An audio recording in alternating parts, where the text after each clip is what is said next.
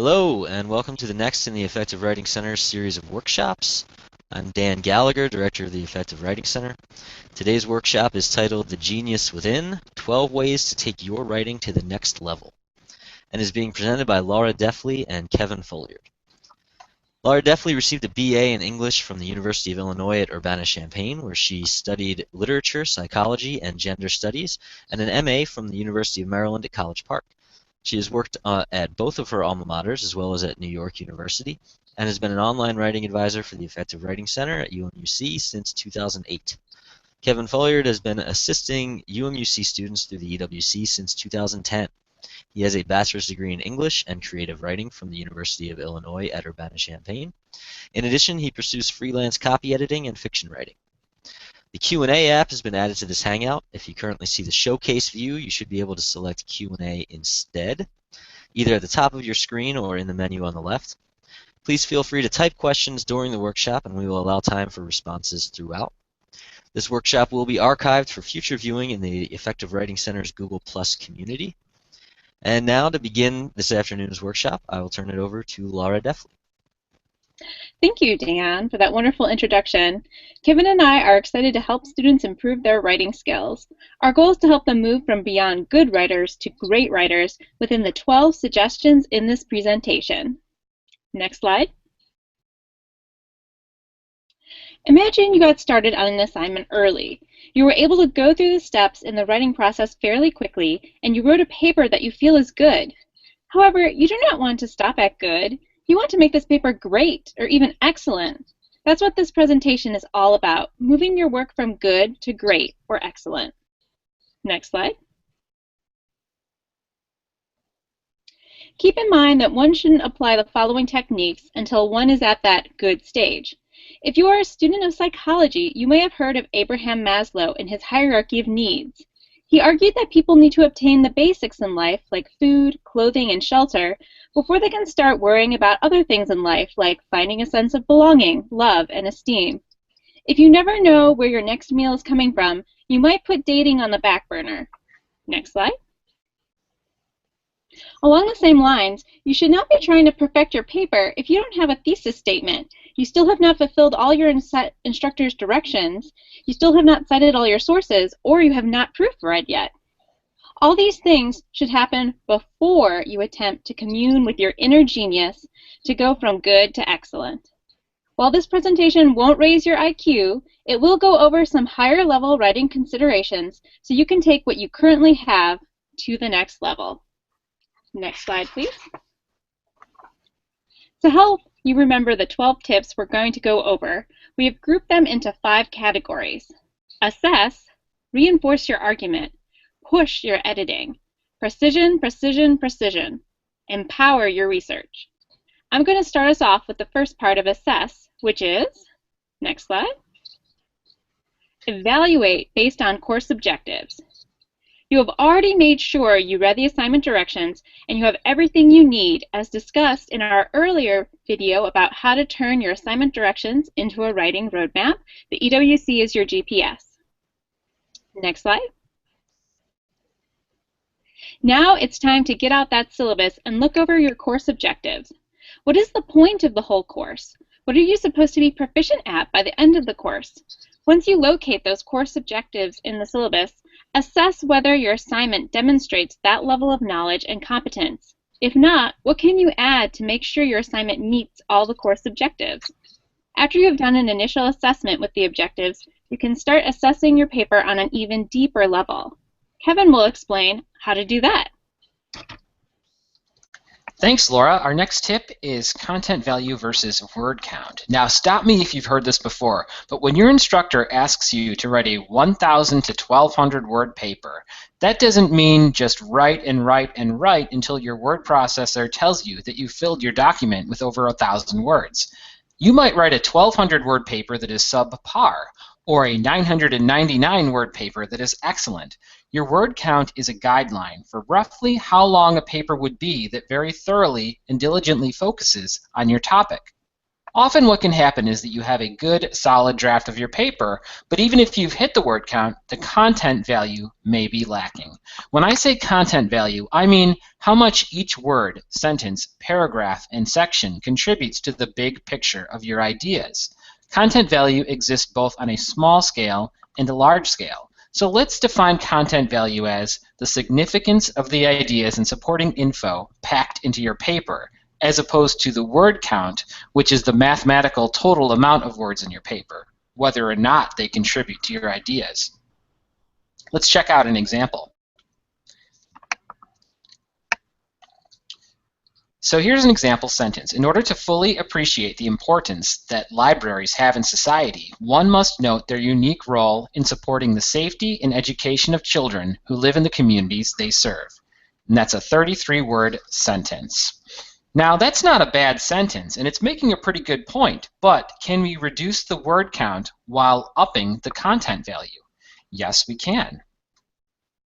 Libraries foster literacy, raise test scores, and encourage safe extracurricular activities for local children, and that's just 14 words. In half the words, we have a more precise, interesting, and engaging explanation that says more about how and why libraries are educating local children. These are the kinds of bang for your buck changes that you can make on every level of your paper. When reviewing your paper for content value, your objective is to pack your paper with as much meaning as possible while cutting out words, sentences, paragraphs, or ideas that aren't contributing to supporting your thesis statement and meeting your objectives for that course or assignment. Here are some of the best ways to enhance the content value of your assignment. Cut tangents and focus on your topic. Look for tangents in your topic and cut them. You might have part or all of a paragraph that is very interesting, but isn't quite what the paper should be focusing on. Find gaps, that is, missing or underdeveloped ideas in your paper. Is there something you should have more thoroughly explained or supported that you neglected? Is your paper going to leave your reader with questions that you could have answered? Scrutinize the supporting points in each paragraph. Are you belaboring a point with 3 examples where 1 example would have worked fine? Are you neglecting to provide examples for an idea that needs to be more concrete in your reader's mind? Some ideas require more support, while others might require less.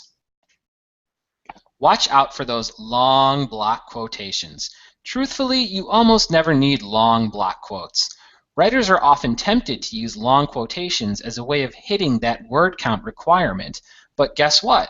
You can usually paraphrase or summarize a long quotation in your own words and do a better job of showing your instructor that you understand that quote's meaning and value. In this next section, we're going to review some tips about reinforcing your argument.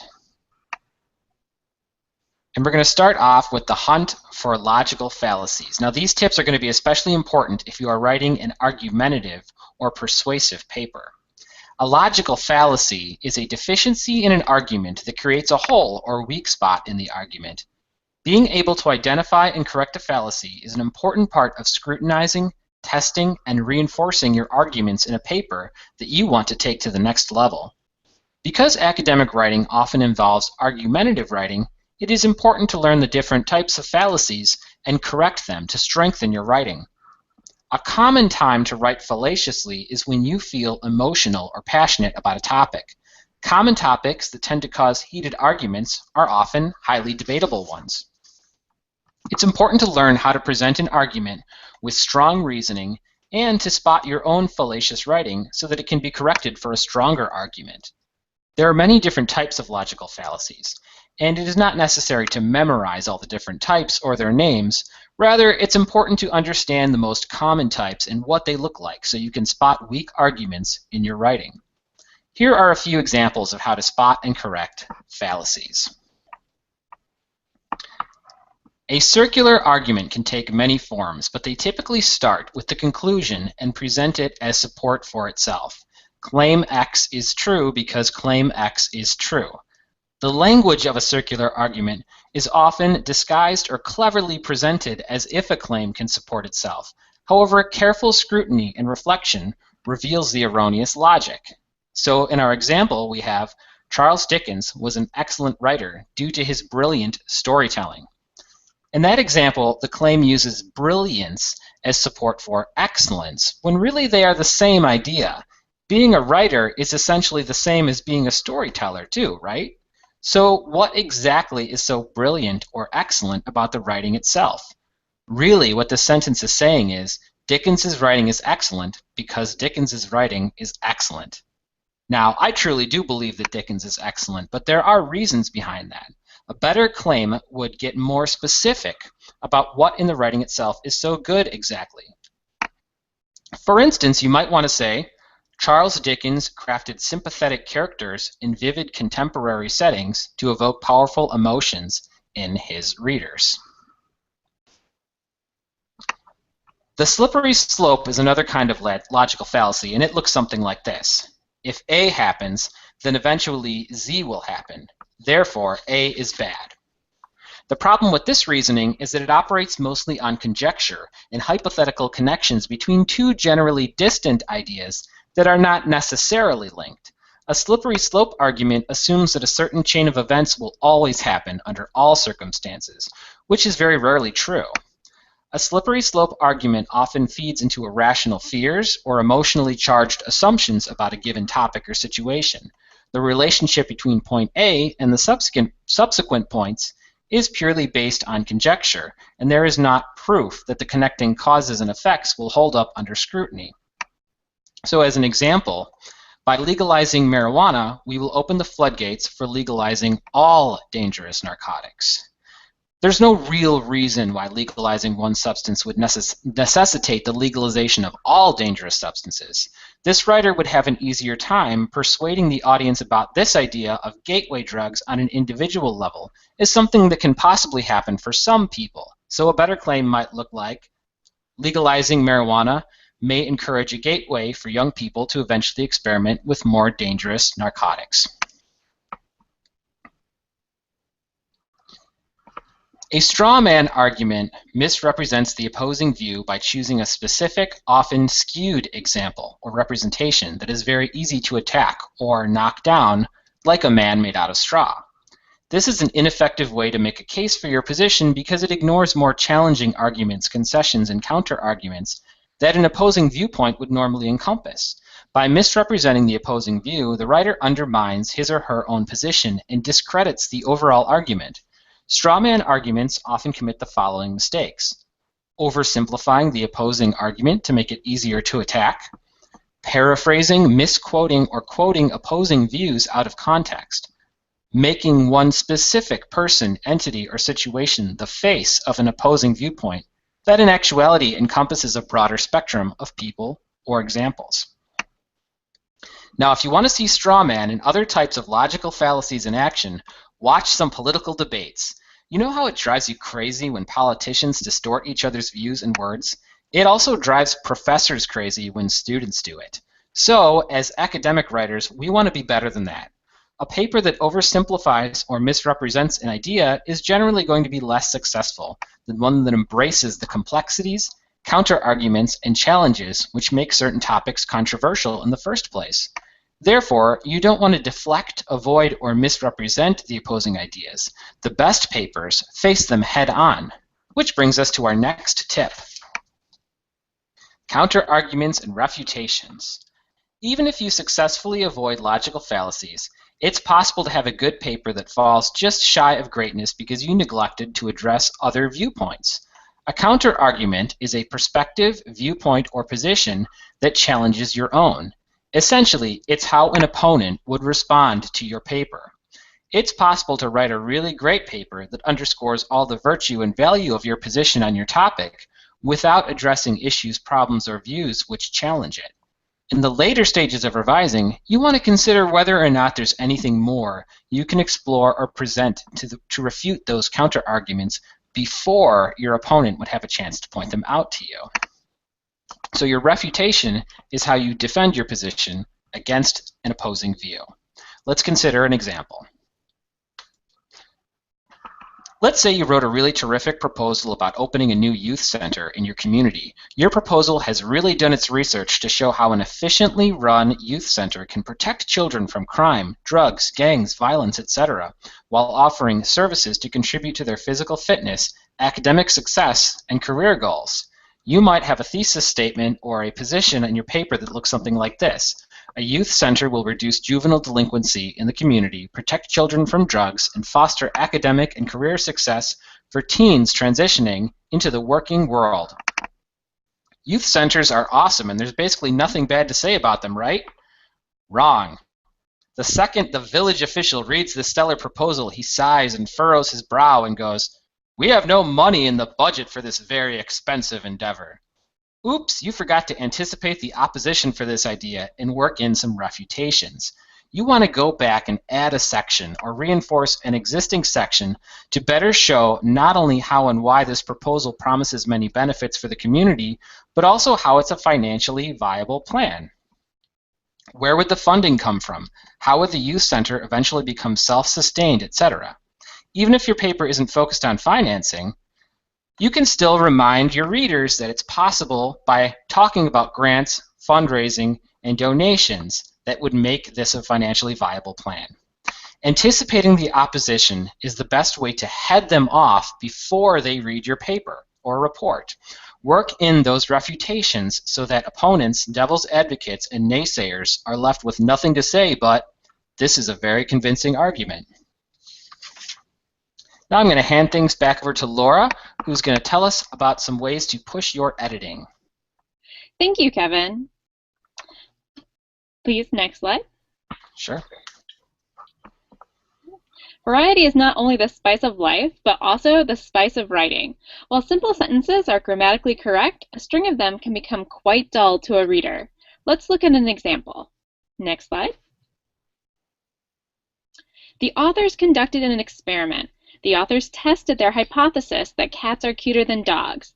The authors made respondents look at pictures of kittens and puppies.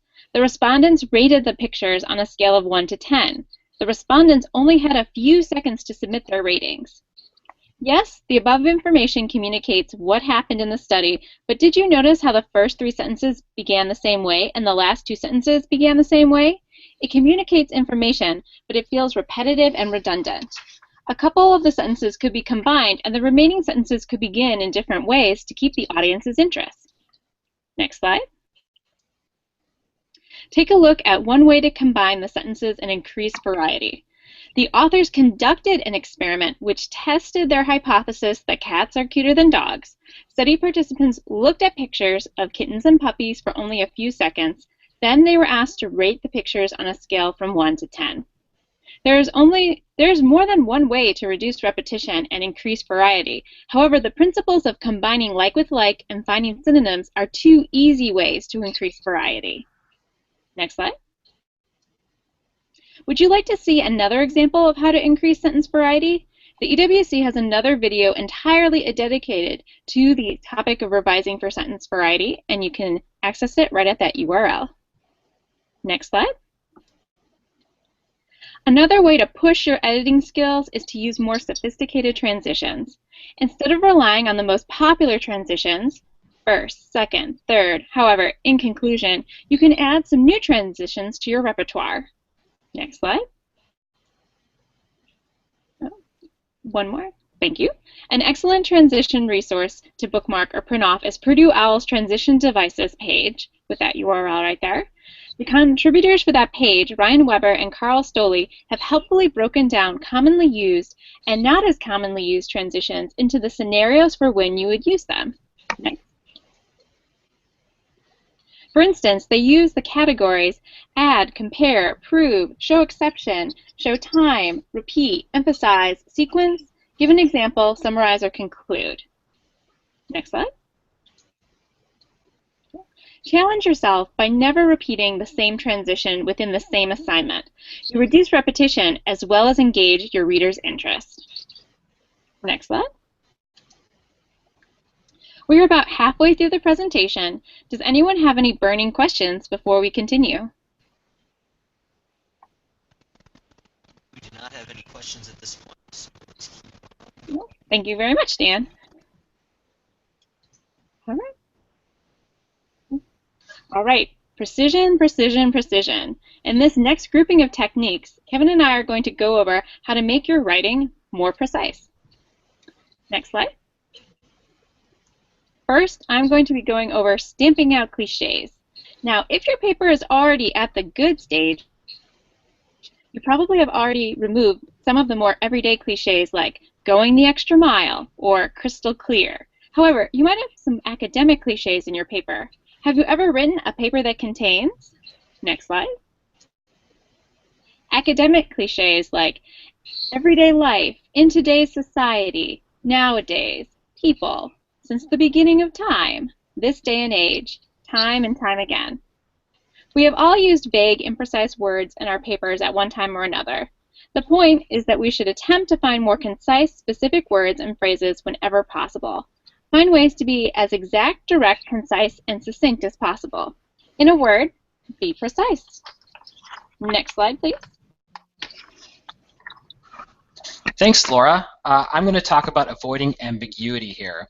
We want you to avoid empty words and ambiguous terms and phrases such as things, sort of, kind of, very, really, possibly, maybe, perhaps, I think, I feel, it seems that, seems to, tend to, in some ways, sometimes a lot, a little. As someone who reads student papers all day, every day, I'm really happy to have this opportunity to discourage you from using any of these words and phrases in your writing. Why? Because these are all words that are so vague and all-inclusive that ultimately they tend to mean nothing. There's always a better, more accurate word than things.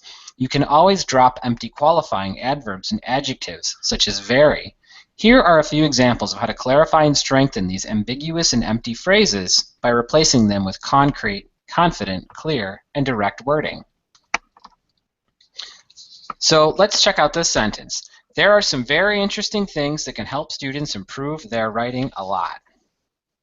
If you find yourself referring to things in your writing, stop everything and ask yourself, what are the things? Are they ideas, habits, procedures, policies, practices, improvements, gophers, Academy Award-winning actresses? Notice how things could mean literally anything.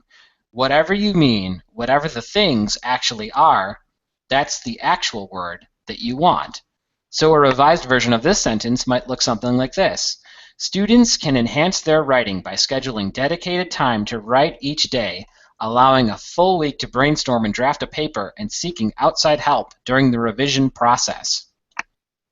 Words like very, a lot, a little, sort of, maybe, seems, etc. are okay in certain contexts, but often they make your point seem unclear or uncertain. Try to find a more quantifiable way of asserting how much, how little, to what extent, etc. Here's another example. It seems that the stadium is very full today. This first sentence could mean almost anything.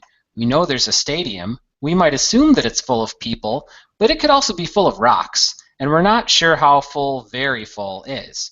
We have a sense of what's going on, but we're left with questions. Now here's a sentence that's perfectly clear. 40,000 baseball fans packed U.S. Cellular Field to see the White Sox play. This second sentence answers all those questions before any readers have a chance to wonder about them. Be specific, be direct, and be precise. When you avoid ambiguity, your reader will never be lost. Another source of ambiguity is pronouns.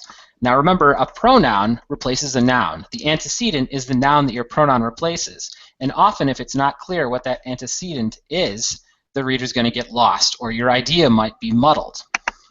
Pronouns are a great way to avoid redundancy in our writing, but they have to be clear. So try to avoid using words like this, that, these, those, it, etc., unless the reader will be totally sure what you're referring to. Here's a good example to look at. Abraham Lincoln debated with Stephen Douglas. He won. Well, who won? It could be Lincoln or it could be Douglas. A clearer way to say this would be, Abraham Lincoln debated with Stephen Douglas. Lincoln won. Better yet, Abraham Lincoln won his debate with Stephen Douglas. The EWC has a great lesson on pronoun reference that you can check out as well, and here is the URL. Our next tip is to master terminology. While you're avoiding empty or ambiguous words and phrases, you may find that not only can you enhance the precision of your language with more descriptive, accurate, and on-target words, you might also have the chance to impress your instructor with relevant terminology related to your course or field of study. Check out this sentence. The American alligator made a remarkable recovery after becoming a protected species because humans preserved its living space. Notice how sentence 1 is a perfectly fine way to express that idea. However, sentence 2 better conveys your understanding and mastery of terms that would be central to a science course. The American alligator made a remarkable recovery after becoming a protected species due to effective habitat conservation. Make sure that you understand the meaning and usage of key terms and concepts from your class, and infuse your writing with expert terminology to take it to that next level. Your instructor will appreciate your owning the language of your curriculum because it's one more way that you're showing what you're learning. Now we're going to hand things back to Laura for our final section, Empower Your Research. Thank you, Kevin. Our last section of this presentation provides tips on how to empower your research. We want to see you maximize what you have found during your research process to turn it into the best final product in your paper that it can be. Next slide, please. First and foremost, please show your resources some respect. You might want to be as polite, professional, and diplomatic when presenting someone else's research in your paper as you can be. A hallmark of showing respect for one's colleagues is to use their last names, not their first names, when presenting their ideas. Next. Next. Instead of writing, Bob argues that dogs are cuter than cats, or Bob Jones argues that dogs are cuter than cats, please simply use the author's last name, Jones. Next slide. Also, please imagine that any of the people cited in your paper could read your work. While you may read articles wherein the authors criticize and openly insult the ideas of others, please do not use those articles as role models. Next. Besides being rude and in poor taste, it makes you look like a bully that you need to put down someone else's work to make your own ideas seem important. You would want them to feel that you presented their ideas fairly in your work. Next. That's not to say you have to agree with everyone. Far from it. Authors and scholars disagree all the time, but it's important to keep the debate respectful and civil. That means avoiding passive-aggressive comments as well. Again, you come out looking bad for having written negatively about another person, even passively. What can you do? You can always mention something positive about the source before discussing any limitations. Thus, you appear to be conscientious, gracious, and collegial. Next. Another tip to keep in mind is that you do not want to play research telephone. Next. Remember that party game where everyone sits in a circle and the first person whispers something into someone's ear? Then the whispered message is passed from person to person in the group until the last person says aloud the message that reached him or her? More often than not, the message that reaches the last person doesn't resemble the original message in the least. Next. That's the danger of using as cited in APA style or quoted in MLA style. Next. Basically, you are admitting that you have not read the original source when you cite a source indirectly. Thus, you are relying on the other author describing the source to have used the person's information correctly. Next. Well, the author may have done an excellent job at presenting another person's argument. Next. But there's a good chance they did not, or they only present part of the argument. There is no way to know if you are using good information or not unless you find the actual article yourself and read it. Not only will that help to avoid any embarrassing telephone-esque problems with the arguments in your paper, but also it will show that you are committed to the quality of information in your paper. You are not going to be lazy and allow someone else to speak for you. You are going to speak for yourself. Related to speaking for yourself, Kevin is going to share how you can own your own discussion in our final tips. Thanks, Laura. Now, remember when you were a kid and you used to pretend to be a doctor or a scientist or an astronaut? Writing a paper can be that much fun and more. When you write a paper, your ultimate goal is to assume the role of an expert on your topic. You want to own your discussion, master the subject matter, and communicate to your reader, who's your instructor usually, that you fully understand and comprehend the ideas at hand. Often students depend too heavily on research, quotations, summary, and paraphrase. These are all really important parts of a paper, but they don't drive the paper. You do. Every time you write a paper, try to forget that you're a student. This is your chance to be the expert and write with authority on a topic that you find fascinating. Let's check out a few examples of how to better own the discussion. Avoid long block quotations. Favor summary or paraphrase. Always contextualize and explain the meaning and relevance of research. Did you use a long block quotation when a shorter quotation, or better yet, a summary or paraphrase in your own words could have sufficed? Did you end a paragraph with an idea or quote from research instead of your own original idea, analysis, or assessment? Remember that your own original ideas and analysis is the real star of your paper. Don't use research as a replacement for original thinking. Own your discussion and make sure it's clear how supporting ideas are really there to reinforce your own thesis statement and organizational agenda. Here are some of the references that Laura and I used to put this presentation together if you are interested in checking out any of these sources firsthand. And at this time, we would like to take any other questions that may have come up since our halfway point. We do not have any questions. So All right. I'll take this opportunity to thank you, Kevin and Laura, for that excellent presentation. As noted right here, if you have any questions later, you can reach us via email, or you can post below where this video will be posted on our Google Plus page. And I'll also note this is our last hangout for the spring term. We will be back in September with more, so please keep checking our Google Plus community for additional news, and drop us a line if you have any questions between now and then. So thank you, Kevin and Laura. No, thank you, Dan. Thanks, Dan. Thank you, viewers, and we will be in touch with you later. Have a good one. Bye. Bye.